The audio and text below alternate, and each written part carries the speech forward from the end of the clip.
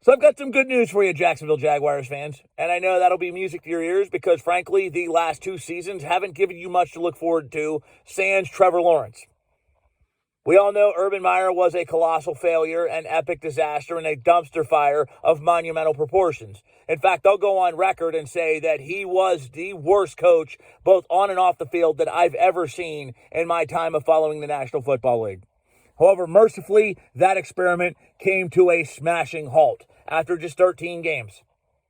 Historically, since the NFL-AFL merger, only 4 coaches have not completed their first full year on the job. Those 4 coaches are Lou Holtz, Bobby Petrino, of course, Meyer, and the late Pete McCulley. Of those 3 names I mentioned previously, only McCulley was fired. So Meyer is in some pretty exclusive company there. So I know I'm going through all this and you're wondering, well, what's the good news, JP? Well, trust me, I'll get to that.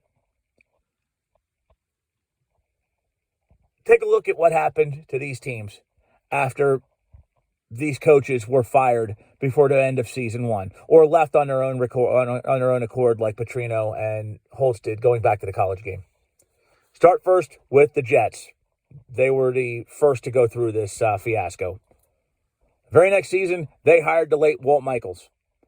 Michaels led them back to the playoffs for the first time since 1969, their Super Bowl year. Went to the playoffs in back-to-back years before he stepped down to spend more time with family and focus on some health issues. The Atlanta Falcons, Mike Smith, quickly rebuilt them. Won, I believe it was 66 or 67 games. Won far more games than he lost. Led them to an NFC Championship game appearance. Cleaned up the mess that Bobby Petrino left behind. As for San Francisco, the only other team that fired their coach before the end of season 1, they hired some guy out of the college ranks. You may or may not have heard of him. His name was Bill Walsh. So if you're following my train of thought here, every single one of these teams that had a coach that did not last a year wound up bringing in someone who carried them to a varied level of success. Playoff appearances.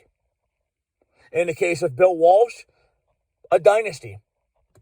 Where Jacksonville goes from here, whether they become the Jets, the Falcons, or they become the next dynasty, who knows? What I can tell you, though, is if history is a factor, they only could go up from here anyway, let's be honest. They've won 3 games in 2 seasons. They just got done with a embarrassment of a coaching tenure that frankly never should have happened to begin with. That was one clusterfuck right after the other. One embarrassment off the field after the next. So things can only go up from here. But again, if you look at history, Jacksonville fans may have something to smile about in the very foreseeable future. My name is JP. I'll talk to you guys again soon.